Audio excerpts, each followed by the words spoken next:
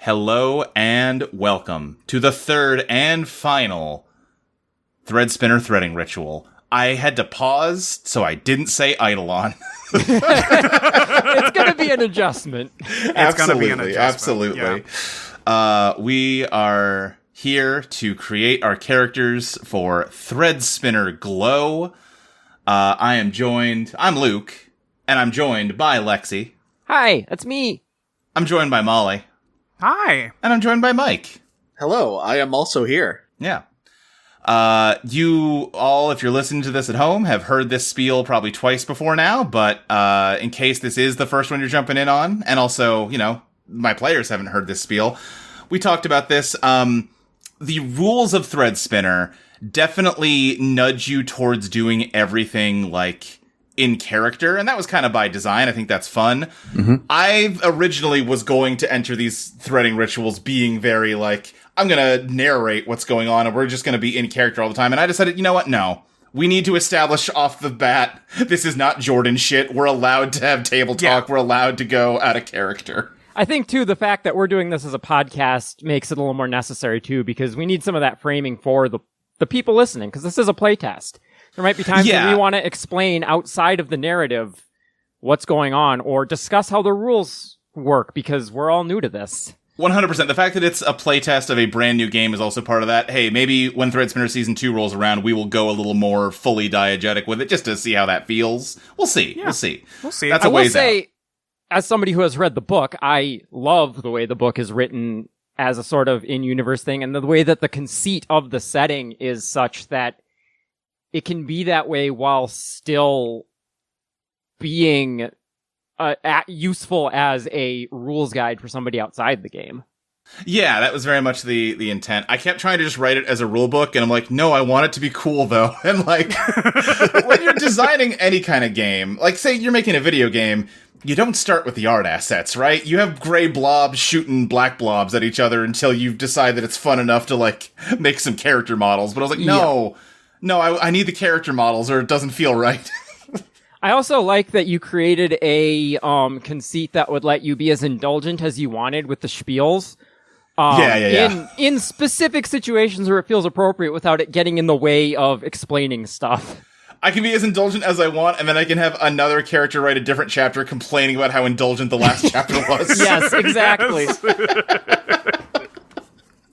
Although if you are making a game manual, you are going to have to add a little asterisk. It's sometimes the Threadspinner's traps are so insidious that you'll just have to start the game over.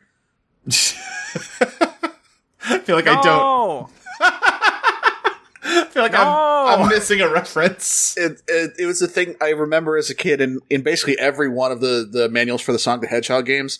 It was basically them covering their asses in case there was a glitch in which you got stuck in a wall or something. That's actually Dr. Robotnik's extremely clever plan. Yeah. Our games don't ship with bugs. That's a feature. Well, this game's shipping with bugs because we're inspired by the Hollow Knight franchise for Threadspinner GLOW. You're goddamn right. Yeah. So the quick, just fast pitch in case, again, people haven't been following along. If they're jumping in on this one, I'd recommend go back, listen to the other ones, because they're all good shows, but hey, you do you. Threadspinner is a game primarily inspired by the Dark Souls franchise.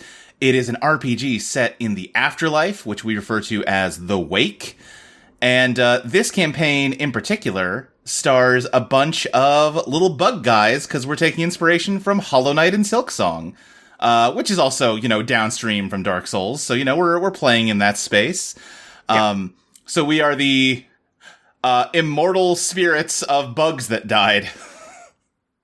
When I first booted up Silksong and I got the setting name and all that shit, I was messaging Luke immediately dude, they get it. Dude, they get it.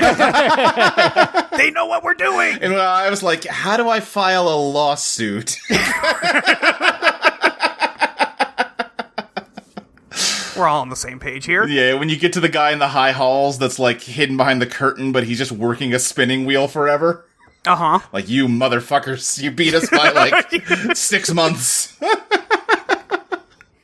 In fairness, they've been working on their Weaver stuff for a lot longer. Huh? Yeah. This is true. I mean, like, this kind of iconography is just like... No, of course. It's part and parcel with the whole thing. I remember there being, like, a spinning wheel in the intro of Dark Souls 2, and that pissed everyone off for some reason. Wait, did it piss people off? There were I don't remember it. Yeah, I mean, I guess it probably... I mean, Dark Souls 2 pissed a lot of people off for a lot of reasons, so I guess I wouldn't be surprised. I mean, it's all derived from, like, the fates from Greek mythology, yeah, I was going right? to say, this dates back to classic mythological imagery where they took a very commonplace thing in their own society, spinning thread, and wove it into more metaphysical concepts. Spinning thread is a really time-intensive task, and I imagine your imagination has to wander as you're doing it. You gotta do something. Like, what if this was life that I'm spinning, actually? That'd be badass. I mean, there's a lot you can link to that, because it was primarily done by, like, matriarchal figures. So Totally. you can kind of, it's very easy to make that jump into, this is an act of creation by those who are imbued with the power to create. Right. It's like when I was looking up, I was like, I should know a little bit about how spinning thread actually works. I don't need to be an expert, but I should have, like, just the most basic things before I talk about it. I'm like, oh, every part of a spinning wheel has, like, a badass name, like the base. You can't just call the base of a spinning wheel the base. It's got to be the mother of all. That's right. Yeah. I feel like we lost a lot in terms of, like, powerful metaphors when we moved away from, like, everybody spinning and spooling threads and stuff. When they had to make a movie based on the magic thread, and out came Click. So, we do live in a society where the average person is so far removed from how anything is created that I do feel like there's a certain amount of visual language that's just lost when you don't have those common touchstones. It's true. It's true. All of which to say, we're here to make some fun RPG characters to play a campaign in, like we have. You've listened to the show before, most likely. Probably. Hey, welcome. Welcome I aboard. have to imagine you're familiar with the concept of an actual play by now. Sure. Yeah. Or just, like, games in general. I would love for someone to make this their first actual play, and not only, like, jump to this, like, sort of restarting point in our podcast, right? But specifically skip to the third campaign for some reason. Right.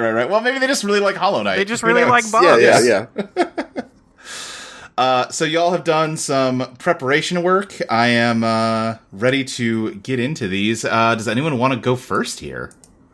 Technically speaking, don't the rules kind of specify that it should go in order of who's been in the wake the longest? So those are the rules for determining the revenants. We can certainly do the introductions in that order as well, but that's not demanded by the rules. Sure, I'll go first. Why not? Okay. Somebody has to. Sure. I will be playing a funny little bee girl, named Heiress, which is as in, like, heir to the throne, Heiress. Yeah. Not Final Fantasy Heiress. Right. And her full title being, which she's not using anymore, of course, Heiress, discarded queen of the Golden Haven. She is a mixologist, and she hasn't been dead for that long. I would say probably in the range of like 100 years or something like that. So, like, a long time for me and you, but in wake language, not very long at all, really. But also a really long time in bug years. A really long time in considering bug that years, she was probably alive for, like, what, a month? Well, How long do funny you bees should live? ask. So, I was doing some reading about bees, because, as you do when you're making a bee character. Oh, Right. I just do that in general for fun. Every once in a while I might do that, but I'm not really a Wikipedia trawler like many. However, I was in there reading about bees. Did you guys know that, like, in any given hive, there are many potential queens getting ready to go at any given time? Yeah. And when there is succession that needs to be done, all of those queens have a little bit of a battle royale situation and start fucking killing each other. Yeah. So Heiress was very close to becoming queen of the Golden Haven, but fell last and was the last killed before the other took the throne. The circle contracted and she just couldn't get inside of it in time. Exactly. Yeah. She took AoE damage for sure. So she died before she ever left the hive, which most queen bees don't really, unless they have to seek a new hive. Right. Is my understanding. So it is kind of magic that she ended up where she is now after, her life being mostly just a little bit of a battle royale for, I would say, like 20 human days. Yeah. and then she gets iced. Right. So now she is a potion mixer and part-time bartender. Yeah, so mixologist is one of the patterns we've come up with. Does not have a... some of these patterns have a pretty clear, like, either this is a D&D class, obviously, or, like, you can draw a line from an Eidolon class to this. You can kind of look at, like, an herbologist or, like, an alchemist a little bit. We kind of said, like... Or, like, a bard maybe a little bit, but... Yeah. We said, what if you had, like, a potion brewer, but the vibe was, like, bartender? Yeah. And also, like, mixologist is a really funny word. Just generally, I think that helps it sounds like a very technical and scientific process when what it really means is just combining liquids together to make tasty drinks. Right. Yes. That gets you a little bit fucked up. And what is not a potion if not a tasty drink that gets you a little bit fucked up? I feel like in many fictions, potions are not tasty. But maybe a lot of people would make that argument about, say, whiskey as well. That's true. You're not wrong. I don't think whiskey is tasty myself, but, to each their own. It's really funny to be playing the bartender class when I do not really drink, like, at all. Yeah, I also do not really drink, like, at all. Do any of us on this show? I don't think so. Mike, you a drinker? No, not really. Yeah. I'll have, like, I occasionally have to go out with my coworkers and, have a happy hour time with everybody. And, like, I'll drink a little bit there. Yeah. But that's mostly because people at work think I'm a little too buttoned up and they really want to see me get fucking smashed. Sure. Oh, yeah. That's entertaining. People who do drink want nothing more than to get the person who doesn't drink drunk. Yes. And you know what? I'm happy to provide. Yeah. You could probably... Go ahead. Oh, I was just going to say, I'll be clear. I have drank. I went to college for engineering. Engineers drink like fucking crazy, dude. I definitely had a period of time where I was banging out papers for like elective or the non-core major classes night before they were due, very wasted. Yeah. I don't think I've ever managed to get drunk. It just is a combination of I can't stand the taste of the stuff and I'm really fat, so like I just never got there. Yeah. I can probably fit all the alcohol I've ever consumed into maybe 2 milk jugs. Okay. Yeah, no, not the best vessel for that. If there's any milk left over, that's gonna go bad real fast. Sure. You gotta rinse them out real good.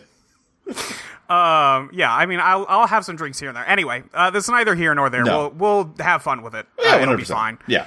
We'll just invent bug cocktails or whatever. Oh, listen, the amount of history of things people have and other beings have consumed to get fucked up is so vast. Like, I have to imagine there's some wild ass intoxicants in the lake. I mean, part of the fun of the bug setting is you get to like just make up whatever weird whimsical shit, Yeah, they ain't brewing, Fireball. Yeah. If you tasted this pollen water, that shit's off the chain. Well, you cannot have the bugs have cinnamon. I cannot imagine any cinnamon at all is good for a bug. Oh, you're dead already. Who cares? At a minimum, I can't imagine something that potent being great for anything that relies heavily on pheromones for anything. Like, that's just going to drown out whatever you're trying to focus in on. Yeah. So let's see. Let's go down the list here, Molly. What are your resonant and dissonant cards? My resonant card is the Empress, and I'll just read the mixologist's effect. The spirit of creation takes over. Use what will it be, even if you are not in a campfire scene. Forgo drawing and act as though a positive card was played. Add the potion to your inventory, even if all of your inventory slots are full. So one of the starting moves being what will it be, which is how you create potions. Yeah. And that will give me a free one when I play that. And then my dissonant card is the Lovers. Your spirits have gone sour. Remove 3 charges from among every item in your inventory. Okay. I'll read off the stats too, just because I think that's in this section, Yeah, real quick, just to catch people up again, if this is their first episode. This game has 7 stats. Each player gets access to 5 of them. The stats are wrath, composure, anxiety, presence, kindness, desire, and soul. And it is less about these are the skills you have and more about these are kind of the emotional dispositions that you tend to approach problems with. you can technically tackle any problem with any stat. It's more about the tone of the scene, the tone of your character in the moment, how they approach things. Yeah, what's motivating you in that moment? Exactly. Yeah, what is the story you're telling? I have 3 kindness, I have 2 anxiety, and 2 presence. My options for the ones are desire or soul. I picked desire. And then I have wrath or composure, and I chose wrath. Oh, damn, you got a little bit of wrath. Just a little bit. I mean, that's a B. Like, they're not innately That's true. very aggressive, but when threatened, they will bring out the stinger. That's true. And queen bees don't actually die when they sting. They're allowed to sting as much as they want because they're what is it, barb? Or it's not. The stinger is not barbed. That's what I'm trying to say. Right. Yeah. The thing with most bees dying when they sting you is it's not how they're designed. It's just that our skin, we're so much bigger than them. Our skin is thick enough that the barbs get caught, get stuck in when there. they try to extract, they kind of just pull the stinger out. Pull their guts out. When they sting other bugs, they can frequently survive it. Yeah. Let's see. What else? Do you want to keep going with me, or jump to somebody else? So the minor suits that you can draw from while exploring are cups, coins, and wands. So you cannot explore swords, squares. No, I'm not getting in fights if I don't have to. Yeah. Then we've got 3 creation prompts for you here. You know what? Let me set the scene a little bit more for what our threading ritual looks like, because again, we're little bugs. I think if we sort of pan our camera away from, say, where the flame threading ritual was, kind of into the little crack in the wall, we're kind of like in a tiny little room inside the wall, and instead of having a spinning wheel, I'm like a little silkworm. Just making just making little silk threads for you. So, does the silkworm member of this like Threadspinner Guild communicate with the more human-sized ones, or is this like the rescuer situation where there's just sort of coincidentally a smaller one, like in the wall? No, I am not the great mouse detective. I am a certified member of the Threadspinners Guild. Maybe I'm overlooked often, but I've got my license. I took all the relevant exams. Now, important question, was the exam giver aware you were taking the exam? All right, I'm not the one on trial here. I just really love the picture of a little bug just attending class and studying alongside everyone and filling out the exams and checking their own work. Just got a tiny desk near the blackboard or whatever. Yeah, no, I never got called on because I was too tiny. They couldn't tell when I was raising my hand. I couldn't see my hand. Oh, buddy. But you know what? I got all the grades. That's right. Top of my class. But yes, so creation prompts here. Who taught you how to mix your potions, Heiress? My potions instructor was none other than the genius alchemic aphid, Duplio, who I met after sneaking into a class he was teaching. Okay. Why'd you do that? I kind of just didn't have the money at the time for, mixology classes. Mm-hmm. So I just kind of decided to see, look, if I just get to talk to the guy, he'd probably just kind of let me hang out, and it worked out. It was great. So is this, based on what you said about your backstory, I assume this happened after you awoke, after you died? Yes, all of this is happening in the wake. She did not have very much of anything in the dream. Right, okay. Because that was all combat. Right, exactly. Okay, then what's the biggest problem you've ever solved over a drink? So what I've written here is, after enough time bartending, you see a lot of problems come across the counter. The biggest one that came through was when Vivette Mantis, of the Mantis crime family, happened to be here at the same time as Nathan the Hornet Vespia. Whole thing nearly broke out into a brawl at the bar before I got talking to the two of them, and thankfully it didn't end up with anybody hurt. Oh, good. All right, cool. And then what is your signature drink? That is the Gold Rush, which is made with the Heiress's own honey. Oh, damn. Mm-hmm. That feels like some freak shit, but you're bugs, so maybe it's normal. It's normal for bugs. Yeah, bugs kind of do just be constantly consuming things excreted by other bugs. Right. Yeah. Like, honey specifically is vomit, right? Yeah, I was reading a lot about what various bugs spit out as like sugar juice and whatever. Half of bug communication is one of them spits out some chemicals, and the other one licks them up. As a human, you got to go to a very specific kind of bar to get the bartender to spit in your glass for you. Or be a very specific type of person in a normal bar. Yeah. To get it on request. Yeah, this one's not on the secret menu. This is the regular menu. God, could you imagine what's on the secret menu of a bug bar? Oh, damn. I don't want to. I'm going to be honest with you. The personal quests that you can pursue while exploring a region, harvest a rare and powerful magical herb, bring celebration to an immiserated people. We have in parentheses footloose. That's right. And then mend a broken relationship. Yeah. And I don't think I'm picking one of those until we get a region, right? Yeah, you'll pick one of those next time. Right, okay. Yep, and then I have some actions. Yes, you get 2 starting actions. 3 starting actions, in fact. Yes. I was getting tripped up, but yes, you're right.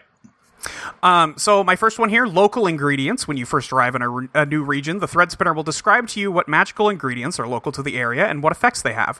When brewing potions with what will it be, gain an extra charge if the potion uses one of those effects.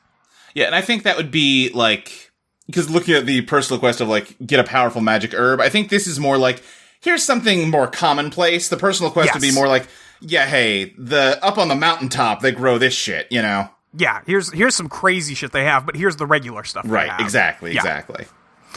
My second starting action is the previously mentioned what will it be during each campfire scene. Describe a potion you are attempting to brew and draw with anxiety.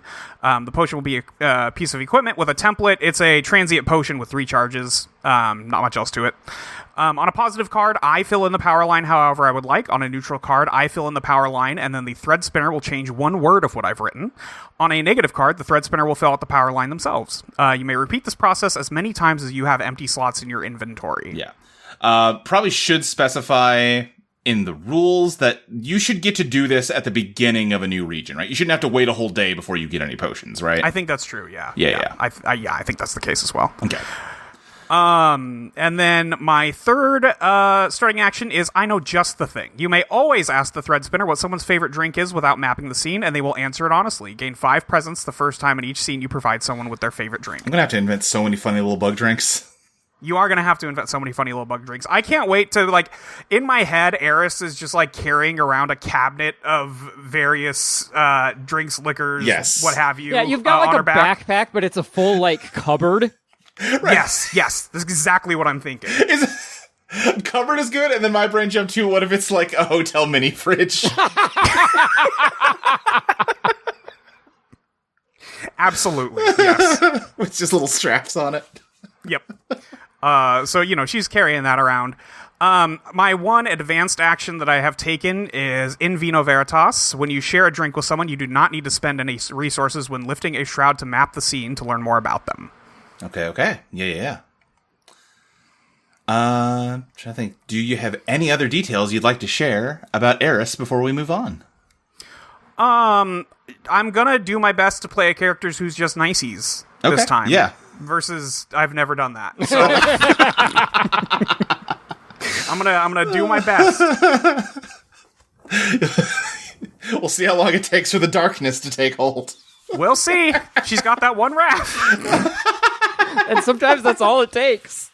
Yep. I want to be a nice character. I am gonna take wrath when I don't have to, though.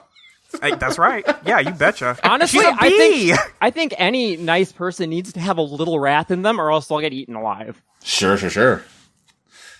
Literally, in the case of a bee. And bugs. You get fucked up out there. That's true. It's scary. That's true. We got birds in this world. Mm-hmm. I have been staggered. I've been getting stun-locked a lot when I think about how many bugs must exist in the Wake. Oh, right, because bugs just have such shorter lifespans. They have short lifespans, but they make up for it in massive numbers. Like, right. You know, when I was also doing a lot of bug research, obviously. Yeah. And the numbers involved when they talk about, like, reproduction, like how many eggs are laid for the average bug species, like, boggles the mind. Yes, it is truly. This is a world of bugs that people happen to also occupy a small corner of. Which, to be fair, could also be said about the real world we currently live in. That is, Absolutely. 100%. There are orders of magnitude more ants alive on Earth right now than there are people. I know. I'm getting stun locked all the time. But it's also fun. I have been very excited about this one. I want to play Hollow Knight. Yeah. It is also very fun to think of, like, a bird is a dragon in this kind of. Yeah. Yeah. You ever seen a parrot? That's fucked up. That's fucked up. See one of them toucans? Oh my god. An owl? Forget about it. I don't think owls really eat a lot of small bugs. Yeah, I think they go more for rodents. I think it's a bad mass to effort ratio for them. Yeah. But like a woodpecker or something? Yep. Come on. Yeah. Imagine running into like a fucking anteater or something as a bug. Oh my god. Like that's an eldritch horror right there. Yeah. Again, yeah. Hollow Knight obviously the main touchstone, but now I am thinking a lot about Pikmin. Yep. True.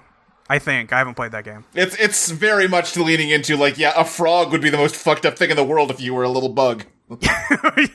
Yeah. Just sticks its tongue out and, like, 20 of your friends are dead. Yeah, true. Alright, well, let's see. Lexi, how about we go to you next? Yeah, I'm next on the sheet. Okay, yeah. Hi, I'm Lexi, and, you can call me Stan Stickley, or, Denny Deciduous, Benny Bonsai, Lenny Leafless, any other kind of alliterative title. Depends on who you're asking, or, where you're asking from.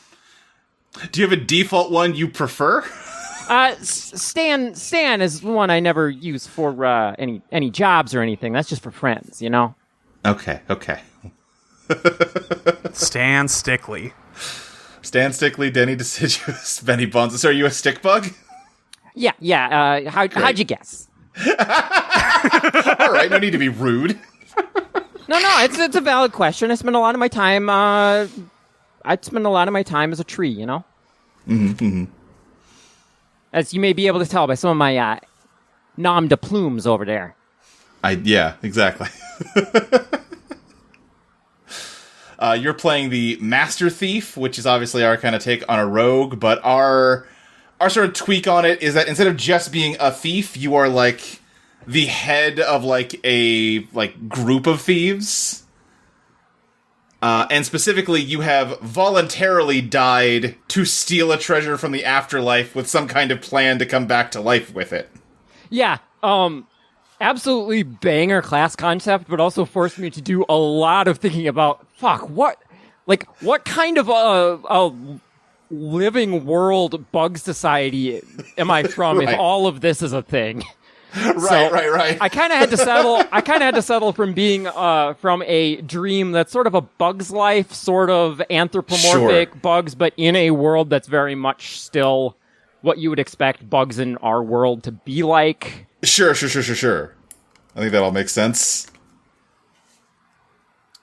Let's see, your stats. You've got 3 anxiety, which is not necessarily like panic and fear, although that is part of it. It is also like planning and preparation. Be like, oh wait, that could be dangerous. I better do this. That kind of thing. And at the same time, it kind of represents like reflexes, because anxiety is what motivates you in the moment to react to something rather than freezing up.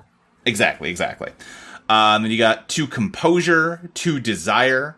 And that's the thing, right? A good thief, you think a thief would be all desire, but no. You gotta have the anxiety if you want the desire to pay off. Yeah. A thief who's all desire does very little thieving because they just don't get away with it very often. And then you could take 1 kindness or wrath. You took 1 kindness. And I'm not a fighter by nature, you know? Yeah. And then 1 presence or soul. You took presence. Gotta have presence if you're gonna run a con. You gotta. You can explore coins, swords, and cup squares. You cannot explore wands, so no spiritual places for you. Fortunately, that offsets Molly's missing minor suit already, so we've got a spread. Yes. And then why don't you read out your resonant and dissonant cards? All right, for my resonant card, for both of these, really, I pick kind of the obvious picks. You know, I like playing around with these sorts of things, but I figure it's the first campaign in the new setting. Let's let's play to the themes here. My resonant card is the Fool. And its resonant effect is when you play your resonant card, apply the following forecast. You own the world, they just don't know it yet. Reveal that you have stolen something from someone else. And for my dissonant card, I have picked Justice. Forecast is you can't outrun the law. Law enforcement shows up in the current scene to arrest you. All right. Gonna be sick of the cops. I can't wait to meet the bug cops. Yeah, right? Yeah. Oh, I already have some good... Like, you said that, and I immediately just... A flash of inspiration popped into my brain. It's gonna be so good. Oh, man, now I also can't wait to meet the bug cops. I'm picturing a beetle wearing one of those, like, old British police helmet things.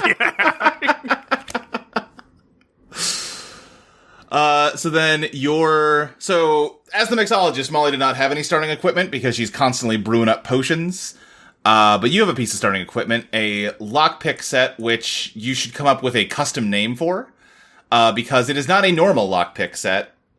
With a steady hand, this kit can open blank. What can your lockpick set open? So again, I kind of went straightforward here, but also very open-ended. I just put, with a steady hand, this kit can open a path forward.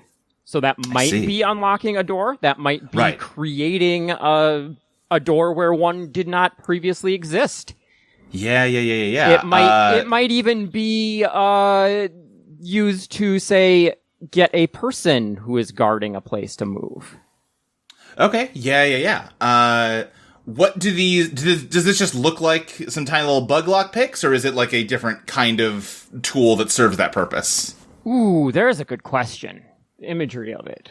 I didn't actually think of... I do kind of like the idea of it just being normal lockpicks because I have more arms than a human lockpick would. Sure. So I can have like 4 different tools and kind of be working them all together. Yeah, but I do think it comes with a much larger variety of different like pick designs. So it's got all the normal ones that you'd see on like a lockpicking lawyer short or whatever. Right. But it's also got some cow tool looking shit. Absolutely. And then, give him a name. Ooh, all right, again, I'm just gonna play the obvious here. I'm gonna call him the Master Key. The Master Key, love it. Okay. Classic Dark Souls item. Yeah. That's true.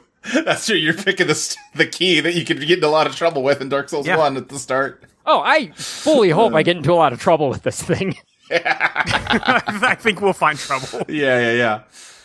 So the thing I wasn't sure about with this is there's advancement criteria, but the equipment, neither the equipment itself nor the description of it in the book really explained to me how that works. So your starting equipment is level 0, which means it can't be advanced. Ah, okay. Yeah. Which just means basically at some point you might find cool shit and want to abandon this and move on to other stuff. Right, because it'll never change. It does what it does, but it's not ever going to grow or change. Exactly. As opposed to like the hero starting equipment, which is like a blessed sword, and that one can develop, you know? Right. Makes sense. Yeah. And then, creation prompts. Describe the lost treasure that you willingly died in order to pursue in the wake. How long have you been chasing it for? Okay, to describe this, I kind of got to describe to you the second question, the criminal organization. Okay. So... why don't we start with that one then? Describe the criminal organization you ruled in the dream. What was it called? Did it have a symbol? Right, so where I'm from, you've heard of ants, right? I'm aware of ants, yeah. We've got a lot of them there. I mean, I know everyone's got a lot of them. They're ants, but we've got specifically what's called a super colony. A bunch of already pretty big and powerful colonies all kind of came together and mingled and eventually settled on just a single queen. And it's this massive sprawling empire. And it's kind of made it tough for the rest of the bugs out there to get by. So a bunch of us, folks who have, dabbled in what's called ant mimicry, you know, people who aren't ants, but look just enough like ants, at least at certain points in their life, that, you know, they can kind of mingle with ants and the ants ain't none the wiser. Mm-hmm. We all got together and formed a sort of infiltration group. We mostly just dabble in, you know, stealing resources that are, you know, easy to obtain and, you know, getting them out to people who need them more. Though we do occasionally try to, sort of nudge the massive enterprise that is super colony politics in certain directions. We're called the ant lions, which is, a bit ironical because, ant lions ain't much like ants, and they're kind of a shared enemy amongst all of us. But, but we thought the name was kind of cool because we are, trying to undermine the ants. We do have a symbol. It's got a typical like ant face, but it's surrounded by a big old mane, like the big mammal, the lion, which none of us have ever seen. But Charlie, our chief propagandist, insists that he saw one once. He's a jumping spider. They got pretty good eyesight, so maybe he has. And he's the one who designed this whole logo thing. You should doodle up this logo so that I can put it in the show notes. I will do that. Anywho's, this organization we got, we've got a lot of ears inside the colony, and over some time we caught wind of rumor, really more of a legend from some of the colonies from before the big merger. It was said that one of the local colonies had what was known as the Sleeping Queen. It was a fertilized ant egg that contained a potential queen so powerful she could unite all ants worldwide. Rather than a super colony, it would be a, uber colony. I don't know. Most of us don't think it's just some bullshit, ant religious propaganda shit. But I've heard enough over the years to think that it's got at least a kernel of truth. Some, maybe some ant with like some really powerful pheromones or something. I don't know. Anyway, I got the big idea. What if, this thing did exist? Obviously, the current regime wouldn't want to keep it around, so they almost certainly destroyed it, which means it's got to be somewhere here in the wake. And what if we could get a hold of it, hatch that egg, raise it as one of our own, and then send it back into the colony, and then you'd have someone on our side who can kind of take over things. Rule it from without. I see. And yeah, how long have you been down here hunting for that egg? Oh, not very long. I don't know. Time is hard to keep track of here, but it's been a few decades, probably. Okay. Yeah. And then, last thing I've got for you, describe the method you have for sending messages into the dream. The Master Thief is unique in that they can contact the living world. Yeah, so to describe that to you, I gotta describe my little friends here. So I got all these little leaf-looking aphids. They're kind of my cronies. When I first arrived down here, they were running one of them orphan schemes where a couple of them, come up to travelers and they're like, "Hey, please, we're hungry. Can you give us just a little bit of coin?" And while the travelers trying to figure out a way to get rid of those kids without starting a scene, the rest of their little guys come up behind them and pick their pockets, right? They were not very good at it, but they had a lot of heart. I saw some potential in them, so I kind of took them under my wing, as it were. And I've been, kind of trying to teach them the ways of the master. So they mostly just run errands for me, but whenever we're doing like a tree grift, they like to climb up on me and kind of sway around in tandem to sort of form leaves, right? The interesting thing about them that I learned after, a few years of working with them, they're from a massive swarm that was taken out by some sort of experimental pesticide. Really fucked up the whole colony. About 2/3 of them died. These guys are some remnants from that. But the ones who stayed behind, developed a sort of weird reaction from it, and like they have some sort of connection with the rest of the group. When they go to sleep, they're able to communicate across the wake with one another in sort of a weird Lynchian kind of dream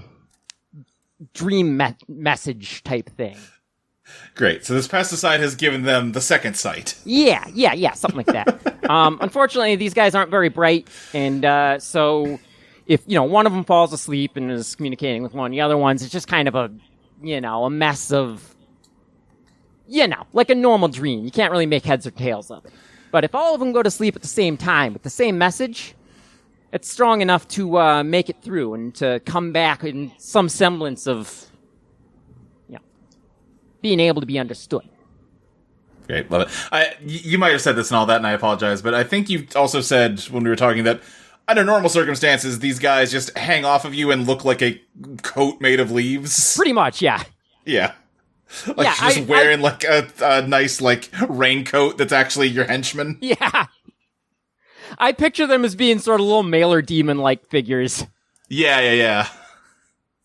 A lot of, okay, boss, you got it, boss. You gotta be real careful with handing Luke an army of little guys. Oh, I was so prepared to hand Luke an army of little guys. I wanted nothing more.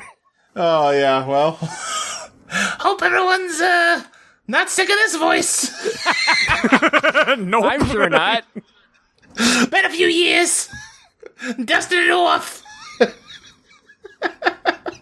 Only they're tiny little aphids, so you're gonna have to pitch it up in post. Yeah, because I feel like maybe I can get a little up here. Hey, what's up, boss? So yeah, I think Just that's don't hurt better. yourself. Oh yeah, no, this is fine. Cool.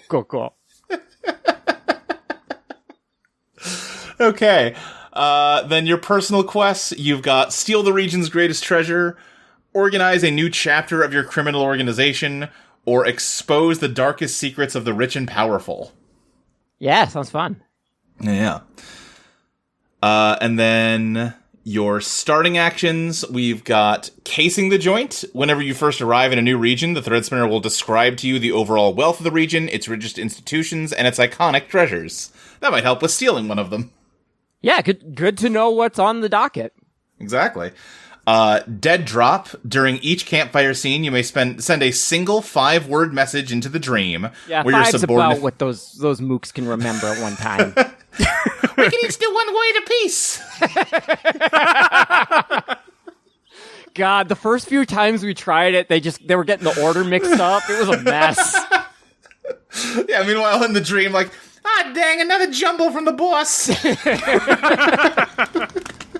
That's what you don't have any insight into, is that they don't even get the words out of order. They get all the letters out of order, and they've just got to spend the day doing the junior jumble to figure out what you want from them.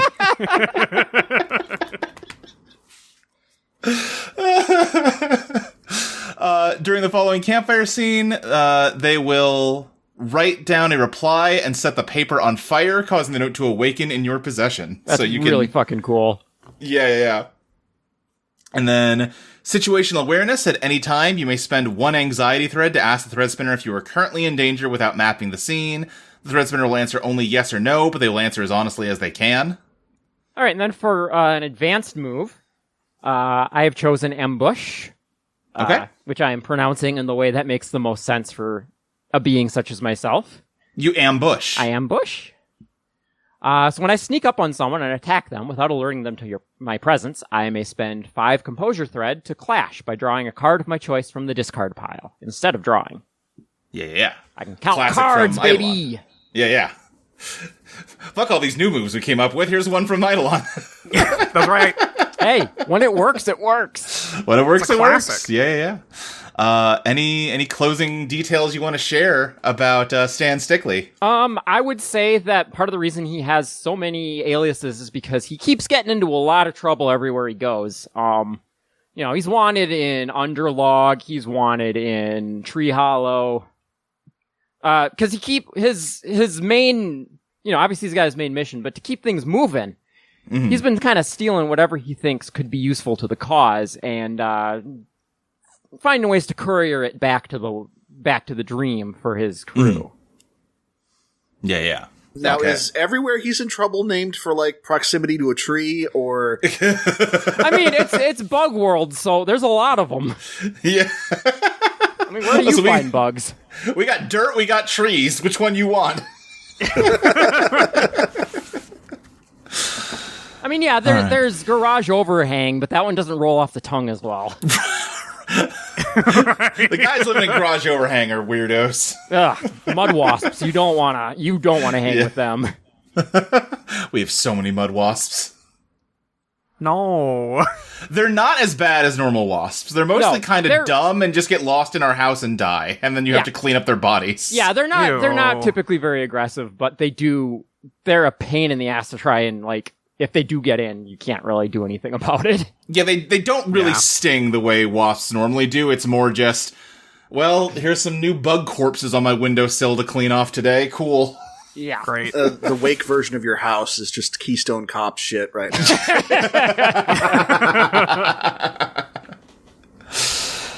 All right. Well, Mike, how about we move on to your character? Yeah. So, are you familiar with the idea of, like, mushrooms having a sort of, like, mycelium collective conscious kind of thing going on? I read that Tumblr post. I played an Eidolon oyster. Yeah. I watched Hannibal recently. And also relevant to our thing here, I've played Hollow Knight. Yeah. Well, so I kind of went at this with the idea of, like, I was, like, one of the last people to get their playbook, because I wanted to let other folks sort of get their pick of the lot, and I would fill in the gaps. And I wound up with the Fae. And so I had to try and rack my brain. It's like, okay, we're talking about Bug World. What the fuck does an otherworldly, like, ethereal Fae being look like if we're already starting in bugs? Yeah. The Fae is very much like, next door to maybe the Inhuman from Eidolon. Obviously, you're, like, a magical creature that is kind of beyond the normal mundane world. Yeah. So it's like, okay, well, what is like Bug World version of that? And then it just hit me. It's like, well, what if I'm a mushroom? Yeah. Yeah, I mean, like, immediately I started thinking about, like, the parasitic mushrooms that take over, ants or whatever. Like, that's some classic Fae shit. Like, those ants ate the food from Faerun and are, enthralled now. Oh, absolutely. I absolutely intend to, like, put spores in somebody's brain at some point in this campaign. But yeah, so I'm going with the name Velnias. And pronouns we, us. Yes. Now does that mean my character is royalty, or does that mean my character is a collective? Yes. Yeah.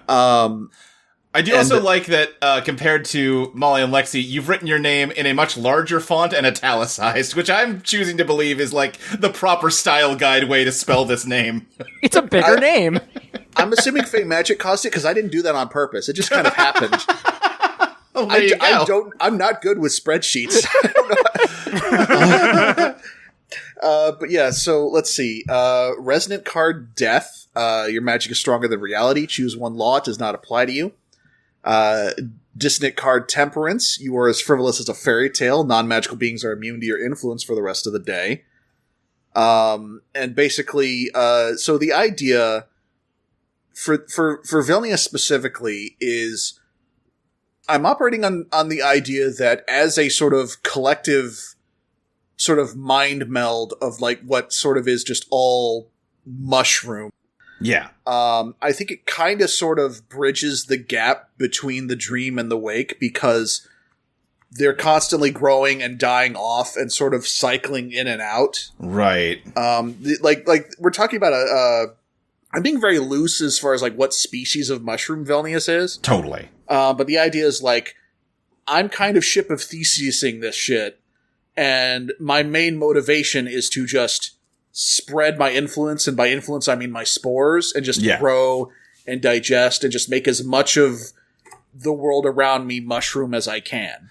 The idea, you learn that, like, the mushroom you're seeing, like, above ground is, like, really, it's kind of a tip of an iceberg thing, right? It extends so far underground. Like, all the other mushrooms in the area are probably part of the same organism. Yeah. The idea that you're telling me that it also extends across the planes of existence into the afterlife is so upsetting.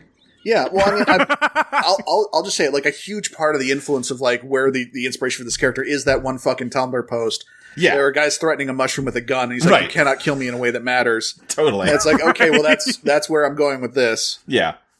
Well, again, I don't think you've played Hollow Knight, Mike, but Mr. Mushroom is a character who is very much that. Who is, like, he's just kind of off to the side. He doesn't really... He's got, like, a little side quest where you, like, follow him around as he's just sort of talking to himself about stuff that doesn't make any sense. And if you use the spell you have to read minds, he gives you a little poem that basically says, like, yeah, all the, like, eldritch god stuff you're dealing with in the main plot, that's beneath my interest. I don't care. It's not, like, important. to mushrooms, which are like older than anything you could ever know. And you're like, well, this funny little cartoon mushroom's fucked up. I'm scared of him. Hollow Knight has their own Tom Bombadil. 100% Mushroom is Tom Bombadil, yes. I've never played Hollow Knight, but I think that kind of makes sense that, like, if you came at this problem the same way I have, where it's like, okay, what is a mushroom and bug world? I think you kind of end up in the same place. Yeah. A lot of the time.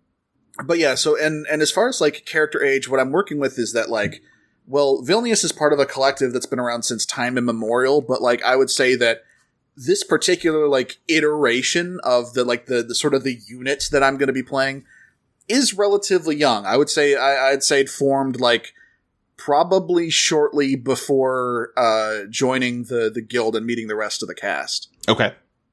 So, like, there is an ancient wisdom that I can draw from by, like, sort of connecting with the other mushrooms, but as far as, like, this specific character I'm going to be walking around with, very young and naive. Mm-hmm. Okay. And then let's see. Let's go through the stuff here. You got 3 soul. So very tapped into, forces bigger than you, which goes right with what you were just saying. Yep. 2 kindness. Absorbing people into the mushroom collective is probably the kindest thing you could do, right? Yeah. And I like that there is, I really like this is something you baked into the design for the Fae sort of archetype. I like that you've given an even amount of kindness and wrath. Kindness and wrath. Yeah. He also has 2 wrath. Because, a lot of times you read, like, fairy tales or whatever, it's like, yeah, they're nice and, like, they'll give you stuff, but then you don't show the proper, like, respect and, like, gratitude, and they will fuck you up. Now, they gave you some shoes because you were barefoot, lost in the woods, and you didn't thank them. Now you are a shoe, idiot. Enjoy that. They're capricious. They have a sense of morality, but it's not the same as ours, and treating them like you treat us will get you in trouble. Yeah. Exactly. They have a set of very strict rules, and they will not explain them. Right. Which is also part and parcel to the character, as we'll get into here. Yeah. As far as the ones I had choices about, anxiety or composure, I went with composure. And presence or desire, I went with presence. All right. One of my favorite things in a lot of hive mind based, like, fiction is the concept that, like, one of the greatest, I guess, weaknesses of hive minds is their inability to react. Because everything needs to be consensus. Everything needs to fit within the grand plan. The thing that's going on in this one specific situation is so small compared to everything else, even if it winds up being really important, that they just can't run on instinct. Yeah. I'm going to be trying to keep all of this stuff in mind as I play, but also, I mean, like, I'm going to fuck this up. Of course. Like as we go, yeah, I'm absolutely, like, I'm giving myself this, I gave my character weird pronouns. I'm going to fuck up as we go. Yeah. Let's see, what else? I appreciate that for once, the player character has to deal with the weird pronouns, and I just can say you, because English doesn't. Yeah. I guess I could refer to you as y'all. Great bet you will never remember to keep it up. Yeah. You're getting Faye exploded for that one, actually. Taking contempt. Right, so no starting artifacts, because apparently a thing with the Fae is that I'm gonna be building a collection as we go. Yeah, much like the Mixologist, you are gonna be constantly getting artifacts that you use up. So yeah. So, starting moves: Unseen Worlds. When arriving in a new region, the Threadspinner will secretly tell you about what kind of magical creatures reside deep in the region's darkest corners, unseen by ordinary people. And it is up to you whether or not you share this information with your party. Tell y'all right up at the gate, I probably won't most of the time. Makes sense. Harsh, but fair. Yeah. Laws of hospitality. When someone has accepted a gift you have given them, if that gift is in their possession the next time they would hurt you, I can use the gift I can cause the gift to destroy itself instead of taking damage. Yes. And then last one, and this is the big one, taking names. When you are the one to undermine the final truth of any name, instead of breaking that name, you may steal it instead. Man, you're just playing the collector again? Apparently. The Awoken who owned it still behaves as if the name was broken. Create a piece of level 0 equipment of the class Name Transient, and choose one of the name's truths to serve as its power line. Spend as much soul thread as you like. This is how many charges the power line has. God, that's so good. Both mechanically and, like, metaphorically. Yes. Now, here's where I really want to put into play the fact that, like, as a fungal creature, my shape and form is kind of, like, malleable, and I can kind of just do whatever I want with it. Yeah. I've taken the advanced move of face to a name. You may take on the appearance of any of the original owners of one of the names you have in your inventory as equipment. Doing a bit of face stealer type shit, go. too. Oh, yeah. Yeah, this is all great. I'm I going love to it. kill you, and then I'm going to become you. Oh, that's so good. Well, it's fucked up, really, is like, you don't even necessarily have to kill them, right? Because, like, they could have multiple names. You just break one of them, and now You've taken I on could that just be your aspect of doppelganger. them, yeah. Yeah. I will say a personal goal for this campaign. I want to do that routine where there's like, I'm body snatching like a character, and then I'm standing opposite them, what they think is a mirror, and I'm just sort of doing the bit where I'm a sinister duck soup. Right, doing the Marx Brothers thing. Yeah. The personal quests you can take on each region are flood a mundane place with magic, which seems like the main thing you usually want to be doing. Humble and humiliate the ruler of a human society. Human here, I think we can substitute for, bug. Yeah. I mean, if you can do it to a human society in this bug scale world, I'll give it to you. But I would love to. I think that one in particular would give me some interesting interplay with Heiress. I'm gonna tell you right now, the way a fungus disrupts a human ruler, black mold. I was gonna say, you find like some dry rot in your garage or whatever. I think you've been humbled and humiliated. Yeah, I think that's aiming a bit low. I want a Resident Evil 4 this shit. Sure. And then the last one is coronate a new lord of the forest. Yeah. Now that one sounds fun. Yeah. Let's see. So character creation prompts. Yes. Describe the obscure, inaccessible to humans realm you hail from. So I'm going to have to come at this from kind of a weird angle. The way I picture it, beyond the fairy rings, you guys know what a fairy ring is, right? Yeah, ring of mushrooms. Yeah, ring of. So beyond those lies what I'm going to call the substrate. It's a land of peace and plenty that we're all funguses think and feel as one. Like, this is where the sort of the collective mind is sort of the clearest. Yeah. And while there's no way for a non-mushroom to go there, a non-mushroom can see it if they happen to eat part of my kind. Oh. So thus I'm explaining some of the hallucinogenic experiences of certain mushrooms. Right. Yeah, I like it. Yeah, again, this is part of why I want to be fast and loose with like what sort of species I am, because like I kind of want to do what like Ty's done with spiders a few times, and just be like, what's a cool thing a mushroom can do? And just bring that in. The idea too behind this realm you've come up with is you can be various different mushrooms at once because they're all kind of tied together. Yeah. Let's see. Describe 3 non-human entities you can communicate with. First off, I'm going with plants, and I like to think that there's sort of a semi-antagonistic relationship between plants and fungus in this world. Sure, okay. Like, competing for the same resources. Well, like, I think the idea is that, like, plants view themselves as noble and hardworking and self-sustaining.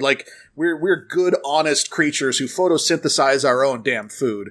And y'all funguses are just thieves and moochers. Right. Like literal parasites. And so I like to think there's this idea that like plants like look down on funguses as sort of basically like just sustenance thieves, and funguses view plants as just hoity-toity, like just stick up their asses, like think they're too good for us kind of thing. They're called stems, Mike. Thank you. Oh, yeah. Plants are elves. Plants are elves. I've been saying this. Yeah. I do kind of view it as sort of an elf v dwarf situation. Yeah, okay. Yeah. This is another thing. Anything rotting. Yeah. Oh, if something is rotting or decaying, I can talk to it. Like, And again, feel free to have me pull it back if this is too like broad or out there of an idea. But like, I like to think especially in a world where like that's basically populated by death, this idea that like if something is crumbling or falling apart or decaying somehow, I can like talk to it, even if it's something that would not be a thing I could communicate with. Right, it's in the process of being converted into fungus, so... Yeah. The book at one point brings up the concept of talking to a door if you know the language of doors, so I feel like this is well in keeping. Okay. And then one last thing, I want to just sort of, I want to bring in like the idea of sort of the mushroom god, essentially, of Tysus, and just treating as like, this is the metaphysical concept of decay, of death and rot as sort of a positive force for change and potential regrowth. And I don't know what sort of character Tysus is supposed to be. I'm going to leave that in Luke's hands. Okay. Yeah. But I can talk to him. Okay. So for anyone listening who may want to, comment, write fan fiction, whatever, this is spelled PHTHISIS. Yeah, I went up and just sort of like went and did a cursory Google search. Okay, what is a mythological figure associated with rot? And I found like the coolest sounding name I could. It's like Greek, I think. Mm-hmm. And plus, I kind of like the idea that this is a name where if you look at it, it seems impronounceable. Yeah. I can guarantee you right now, that's how my character's saying it. Yeah. New guy, whatever your name is. And then describe a piece of esoteric etiquette unique to your people. This kind of ties back to the fact that, like, I'm a mushroom. I could just, like I already mentioned that I could tear off a piece of myself and hand it to you to eat so you could see the fucking, the other realm, the substrate. Yeah. I like to think that there is a piece of mushroom etiquette where upon striking some sort of bargain with someone, any kind of deal, an arrangement to work together, a trade, a barter, just any, like a peace agreement, anything where, like, if it were between two human beings, you would shake hands. You and the mushroom have to trade each other a piece of yourselves so the other one can eat it. Okay, that's fucked up. I don't love like that. it. Much like how in some ways the handshake is a more civilized version of the blood bond, right? Right. Yeah. I'm going hard in the other direction. You better give me a chunk of meat. Yeah, well, I like the practical. I like how you can think of this as coming up as a practical thing of, well, if we're going to have to trust each other, we need to understand one another. So consume a piece of one another, and we can kind of see into each other's worlds just a little. Yeah. If you want to truly understand somebody, you have to digest them. It plays into another aspect. Well, it plays into another aspect of the handshake, which is a way of showing whoever you're making a bargain with, you don't have any blades up your sleeve. It's a way of showing them, no, I'm not trying to deceive you here. Here, look for yourself. Yeah. I think that's everything today. Usable miner suits was something we kind of glossed over. Oh, sure, yeah, that's true. You can use wands, swords, and cups. Yes. So no coins for you. You're not about like man-made artifice, that kind of thing. That's not your. Your I see steel, a coin. I just wonder if I can eat it. Yeah, exactly. Yeah. All right. Well, that's everybody's characters. I'll tell you what we ended up just kind of organically landing on this during Flame, and I liked it. The Threadspinner, is gonna like leave the threading chamber for a little bit. Do a little introductory roleplay. Get acquainted with each other. Let's start building some character dynamics now before you head out on your adventure. Sure. Okay. Before we do that, do we have a stated in-universe reason why the three of us specifically are here? That's a fair point. Yeah, we can talk about that. The way it would work as far as the Threadspinners Guild is concerned is that you three are threaded, and we've just got a new epic we're ready to spin up. And you three have been assigned to me to carry out that epic, to explore the endless mists of the wake and give them meaning and definition through the power of narrative. But as for why you have joined the Threadspinners Guild, if it was voluntary, if you've been conscripted, if you've been assigned to it as punishment for a crime of some sort, that is completely up to you. But yeah, you just basically got randomly assigned to form a party together. Okay. So, guess we'll be working together. You can call me Stan. Stan Stickley. I hold out two hands to each of you. You're like between us, it's like one to each side. Yeah, crossed. Yeah. Of course. Yeah. Of course. Velnias extends like sort of a tendril grows out of them. I feel like I feel like their base state is just like they just look like a mushroom-ass mushroom with like some eyes. Oh yeah. And if they need to walk around, they'll just sprout legs and go. I love it. So I think like an arm sort of extends out and then just sort of glops, latches onto your hand. Ooh, that's an interesting texture. Yeah, no, it feels like rubbery, but also kind of fuzzy at the same time. It is nice to meet you, Stan. Yeah, hi, Stan. I'm Heiress. Really excited to be doing this. It's so different from what I usually do. Yeah, what's that? Bartending. Usually. That's Mixing potions. Nothing better to have on hand than somebody who can cook or someone who can make drinks when you're on a trip, you know? I just want to make it clear, I don't cook. Oh, that's fine. That is all well and good. Sustenance is important, and we can find it anywhere as we go. Yeah. I was going to say something similar. We are known as Velnias. We seek to spread our influence and increase the reach of the collective. Hey, that's kind of similar to my whole deal, actually. Oh? Yeah, well, I got a group. It's mostly on the other side, but we're spinning up some. We had some cells in here. We're kind of in a closed Cold War sort of thing with the ants. I'm sure we all know ants. I'm sure we all hate ants. Boo, ants! Fuck them. Thank you. Boss.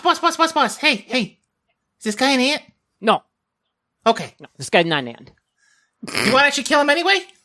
I don't think that'd be a good way to start this whole adventure. Maybe down the line we'll need to, but look, I mean, Okay, I don't be subtle about it. Not like death really matters down here, right? You just say the word.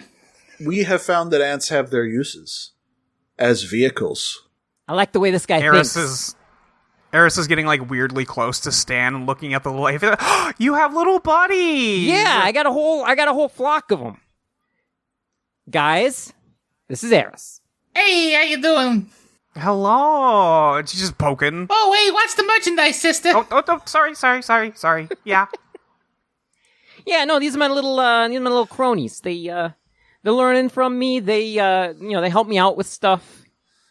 Rescued them from a life on the street. Very magnanimous of me, I gotta say. Boss, hey, boss. Yeah. Is she in it?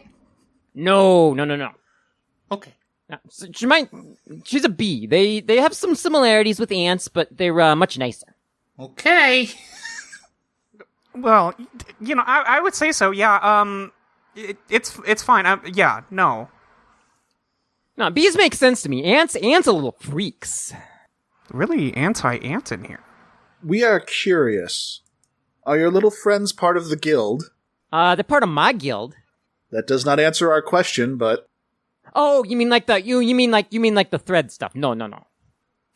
They're. Oh, what do you want to call them? They're like my squires. So, if you are downed, and the guild pulls you back by your thread, would they be left behind? Ooh, that's a good question. Boss, you gonna leave us behind? No, don't worry. We'll figure something out. I'm working on it. So what made you want to be part of the Threadspinners Guild? We wish to see more of the wake and spread our influence. Oh, yeah, right, the influence. You said that. Yes. And by influence, I mean spores. Okay. Right, yeah, that's what I usually know influence as too. Yeah, for sure. Yeah, I'm more of a they make better friends than enemies kind of guy. They're useful. They're a good opportunity to get places I need to be. Unless they're ants.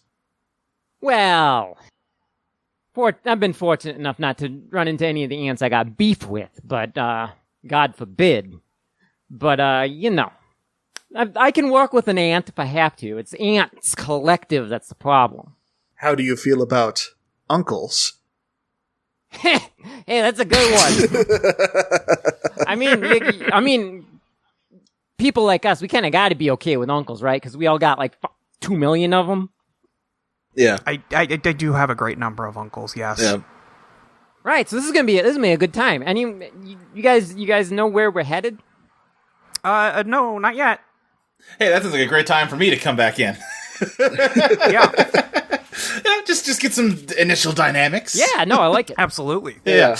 All right, so next thing we have to do now that the character creation basic stuff is done is we need to set up the revenants that you're going to be hunting throughout this epic. These are going to be the 4 basically big bosses of this campaign. And we're all going to create one, me included. We're going to go in order from who has died, who's been awake the longest to who's been the newest. So, Mike, I think you said you're relatively new in this specific iteration of yourself, right? Yeah, it's sort of a weird thing. Like Velnias like more spawned off of the massive already dead mushroom more than they died per se. Mm-hmm. So like in terms of like, well, how long have they been dead? Well, they've been dead for thousands and thousands of years. But like, yeah, as far as like this particular like sub cluster of the consciousness, like, yeah, maybe a few months tops. Okay, if the death was thousands of years ago, though, I do think that puts you first in line here. Okay. And then I think Lexi, you said decades, right? Yeah. And then Molly was 100 years. I said about 100, yeah, so I think I will be second. So we'll start with Mike, then Molly, then Lexi, then me. So I have shuffled I can't use it for playing proper, so I've got one last, I'm blessing this this threading ritual with my pathologic deck of Arcana, since we can use it for this. It only has the Arcana, I'm guessing. Yeah, I don't have the minors for it, so shame. Yeah.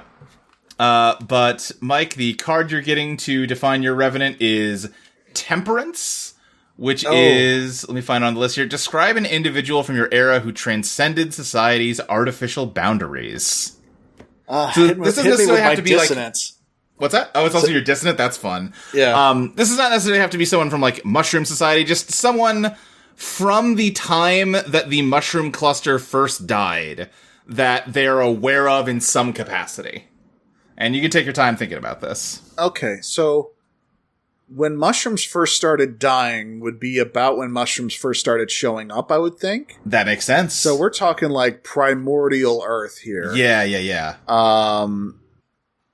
Okay, this is real fucking stupid. Let's do it. This is going to be a huge swing. Okay. Describe an individual from my era who transcended society's artificial boundaries. What if it's the fish that first walked on land? Oh my god, yes. What if it's whoever was first was like, you know what? Fuck it. Legs and lungs. Let's go. Yeah. Give me a name for like the first mud skipper of all time. Yeah. Okay. Oh god, the first mud skipper. Hold on.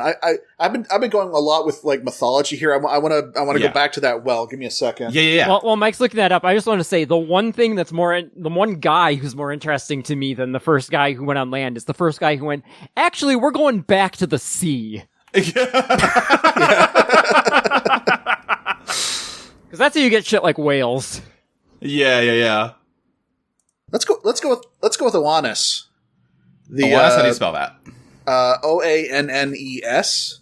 Nnes. Okay. The Babylonian fish god.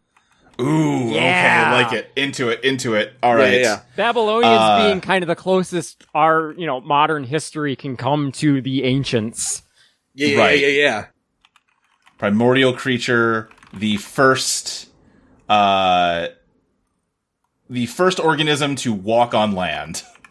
A fucked up mud skipper thing. All right, then from there, we said Molly is next. Molly, your card is the Sun. Describe the most notorious hedonist of your era. Oh, okay. I mean, it would be very easy to just make this the person who won the throne during Heiress's battle royale. Right. And that might just be the way to go. Sure. because I have to. If you're the queen bee who wins the battle royale, you got to be living life nice. Oh, you've got an entire hive of workers attending to your every need. Right, exactly. I had a name written down as Juliet, Ascended Queen of the Golden Haven. Okay. So why don't we stick with that for now? Also, I'm really interested in the dynamic of Queen Bee of a hive that has since died and gone to a world in which is so vast that no individual can truly just be the top of everything, being essentially completely unknown. Like, that's an interesting dynamic. Right. Heiress has mostly chilled out since dying, but I bet Juliet has not. Right. Juliet, Ascended Queen of the Golden Haven, the queen bee that took control of Heiress's hive. Yeah. Do you have any, like, lore about what their rule was like, or do you want to just leave that as things to fill in as we go here? Let's fill it in as we go. Fair enough. Question of how much she even knows of her rule, considering that for her to ascend... I died. Yeah, you weren't there. Yeah. Sure. Okay. And then Stan, your card is the Hermit. Describe a hero who went into self... You know what? I'm going to redraw yours because we got this one for Flame, and I want to try and keep these unique. So I'm going to give you the Emperor. Describe someone from your era that destroyed all that came before them. Ooh, this would be really easy to tie into my own backstory, too, so I'm gonna... Yeah.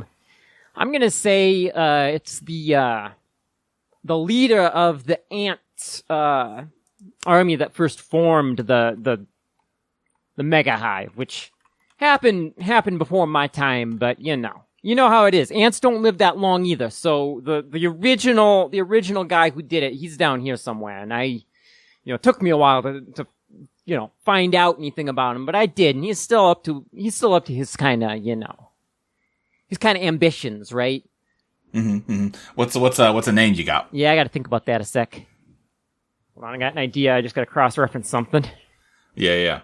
Yeah, his name was Scipio Formicidae. Scipio, and then how do you spell that last name? It's the name for the family ants come from. Formicidae. IDAE. Okay. And it's the ant ruler that like conquered and united all the ant colonies. He wasn't the ruler. He was like the general of the ant army. Yeah. Ant general that conquered and united all of the ant colonies into the super colony. Okay. And then that just leaves me. And let's see. So I've got the Chariot. Describe your era's most decorated war hero. So what's my era here? We've not gone much into my character. We talked about this. This might be the third time you've heard this spiel, but we've talked about making the Threadspinner a bit more of a character, but we don't really have those mechanics in place yet. So I haven't put much thought into who my Threadspinners are. That might be something that fleshes out as we go here. We also talked about like them being characters implies doing a voice, and I'm not doing all the narration forever in voice in all three of these games. That would get so old so fast. Yeah. For me, for the listeners, for you. So my era's most decorated war hero. Let me think about that. I am imagining someone... What is a species of bug that might have been able to, like, unite and take down a bird? Oh. You know what I mean? That'd be fucked up. Yeah. Like there was probably some kind of large hornet. Yeah. Okay. Yes. Yeah. Something that at least has the size to compete even a little bit. Okay. Yeah. The other way to go with it is it's some sort of parasite that killed it with disease. Right. True. Right. Praying mantis is a vicious predator of the hummingbirds. Ooh, okay. But, hummingbirds don't prey on insects, do they? No, but, it's an example of a bug that can kill birds. That's true. I'm imagining, like, because I'm a silkworm, right? I'm imagining there was, like, say, a woodpecker that was, like, threatening our people. Right. But, there was maybe... I like the idea of, like, there was also a wasp nest in this same tree. Like, from a human observation, right? It's just, some wasps stung a woodpecker that was, like, getting worms out of a tree. But from my perspective, those wasps, that brave... Yeah, those wasps saved you. Exactly. They were just like the cavalry coming in to rescue us. I do like the idea that like wasps are kind of traditionally like socially viewed as like sort of they're sort of evil bugs, right? Despite the fact that nature has no concept of that kind of thing. Yeah. So I like the idea of our campaign introducing the great hero wasp. Yeah. At least in the lore, right? Because who knows what they become since death. That's the whole thing with all of these. So yes, let's say my most decorated war hero. I feel like it would not be a general, right? It'd be like a frontline infantry soldier. type, Right, yeah. Yeah. And I'm bad at war stuff, so I don't know what you would call someone leading the charge. Is that like a colonel? I mean, it would be a troop. That's such a good troop question. leader of some sort. Right. Commander? We can go with commander. Commander works. Commander, yeah. Yeah. All right, then let's say, I'm looking at the Wikipedia entry for wasps to do the Lexi thing and find a good Latin thing to base the name on here. So, I don't know about the name, but like, I think this is a little Final Fantasy brain leaking in. But I like the idea of like the name of his battalion being called the Yellow Jackets. Sure. That just sounds like a military name. Yeah, like the Roughnecks and Starship Troopers. Yeah. All right. I'm gonna go with Commander Vespula. Yeah. Yeah.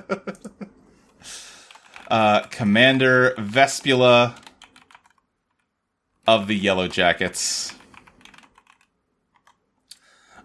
Leader of a squadron of hornets that took down countless birds.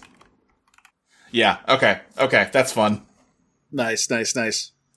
Okay, well, we have run a little bit shorter than at least the Flame one did. Even though this is coming out third, we're recording it second, so I don't know how Spark's gonna go. But you know what? The Flame people wrote lots of, like, short fiction about their characters in advance, so... They are sickos in ways that we are not necessarily sickos. Different brand of sickos. Yeah, like, listen, I've thought up a lot of stuff, but I also like to come to the table kind of to seeing what everyone else is bringing and then kind of try and build up my ideas to weave in with theirs, you know?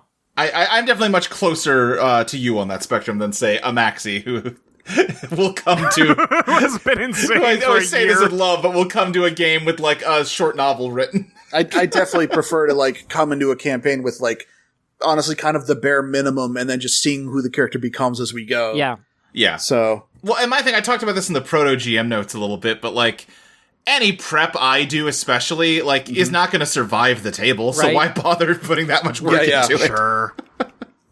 You know, and we've seen this time, and I think anyone that's played an RPG has experienced this, right? You come up with a character idea, but then when it comes time to, like, role-play it out, and the ways that you bounce off the other characters, you morph into a different character by the end of the first session. Absolutely, you know? yeah. Ahem. Sloane.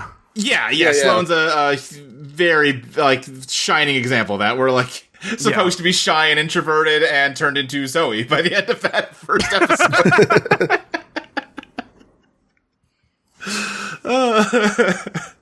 But yeah, I think we have got ourselves the makings of a great little bug adventure. I was excited to start this, and now that we've gone over the characters and everything, I'm so much more excited. Yeah, I'm jazzed.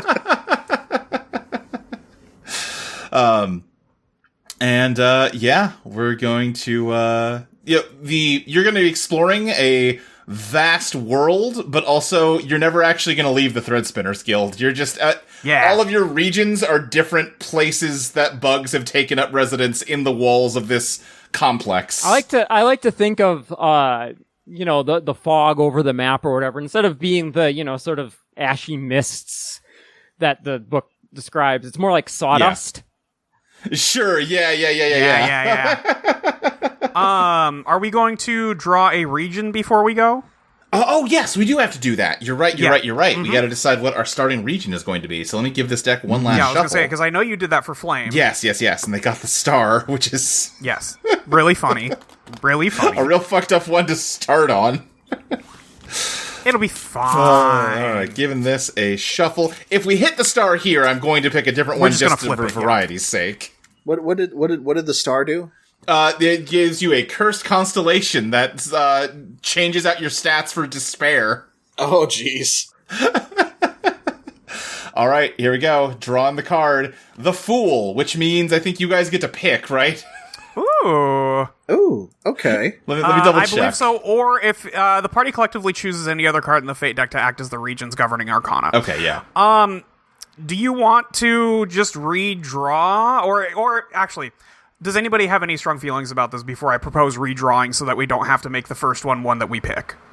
No, I'm fine with that. I don't feel like I have a strong enough standing to make a decision. I think that's totally reasonable. Yeah, brand new game. We don't necessarily... I think it's more fun to let the deck pick. The Fool is a very fun idea, but it's a weird one to get right out of the gate before any of us really know the game. I think that's totally true. I drew Fortune, which I believe means I get to pick. Game's like, no, we're not doing this. Figure it out. I'm going to draw a screaming at us. Okay. The Hierophant. Okay, that's a real one. That's a fun one, if I remember right. The key to your quest is guarded closely by a secretive and elusive order. Whatever power structures exist on the surface of this region are illusory. The true power is wielded by a shadowy organization, one that keeps itself so well hidden that most have never heard of it, and those who have doubt its existence. From locked rooms and encoded missives, the members of this order are the true wielders of power, and the true arbiters of truth. Whenever you map the scene, you must spend thread as normal. However, the Threadspinner is allowed to lie to you when answering your question if it is against the organization's interest for you to know the truth. Mapping the scene is this game's version of investigate. So when you ask me questions about details, I'm allowed to just lie. Wow, okay. Damn. Wow, okay, yeah. The order that controls this region has a name with strength 3. The Threadspinner must secretly fill in the blanks in the following statements to establish the name's truths. Truth 1, members of the organization will only share information with fellow members who are identified by blank. Truth 2, the organization is the sole wielder of true political power in this region, which they enforce by blank. And Truth 3, it is impossible to steal the organization's secrets because they are protected by blank. Oh, we'll see about that. In order to discover the heart of your quest, you must either break the organization's name by undermining these 3 truths, or you must successfully join the organization, in earnest or as a ruse. In either case, the location of the heart of your quest, the secret headquarters of the organization, will be added to any blank space on your map. And we also need to decide which quest we want to do here. Where's the list of quests? I'm going to scroll up a little bit. We have, as our options, slay a great foe, claim a grand treasure, liberate an oppressed people, purify a site of corruption, prevent an imminent disaster, or discover a lost truth. I feel like 2 of these really jump out given the theme. Well, what do you think? Either liberate an oppressed people, which is obvious. Yeah. Or discover a lost truth, which is also a way in which, shadowy controlling organizations are often defeated in stories. I do think those are the 2 most obviously synergistic ones, but that maybe also makes picking a different one fun in its own way. Oh, sure, so absolutely. I had a similar reaction to Lexi. I thought 2 jumped out to me, but to me they were Grand Treasure and Lost Truth.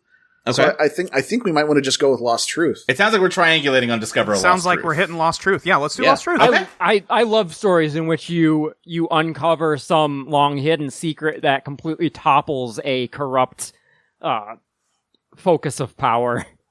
Yeah. Who doesn't? National treasure shit, baby. True. We gotta find the Book of Secrets, guys. I have to infiltrate the Ghost Bloods. What is the bug equivalent of the Declaration of Independence? We're gonna be answering that question shortly. All right, well, look forward to all that and more on the first episode of Idle... God damn it. Nope. Oh, you were so close. You're so close. Oh, had one toe over the finish line and I botched it. Nope, and yet nobody will know. Look forward to learning the answers to all of those questions and more on the next episode, the first episode of Threadspinner GLOW, which will be coming out in 3 weeks, because first you gotta listen to the first episodes of Flame and Spark. Damn right I do. Yeah. This show is made possible by our lovely patrons over at undertow.cards. And if you'd like to support the show, you can do that over there for as little as $1 a month. You can get early access to episodes. You can get behind the scenes stuff, like those pieces of short fiction that the Flame folks have written, like my preparation notes for these sessions, which are taking a very different shape than the Eidolon notes used to. You can get bonus podcasts where we talk about music, where we talk about designing Threadspinner. You can get early drafts of Threadspinner to play yourself and give us feedback on it. We appreciate all that a lot. Yeah.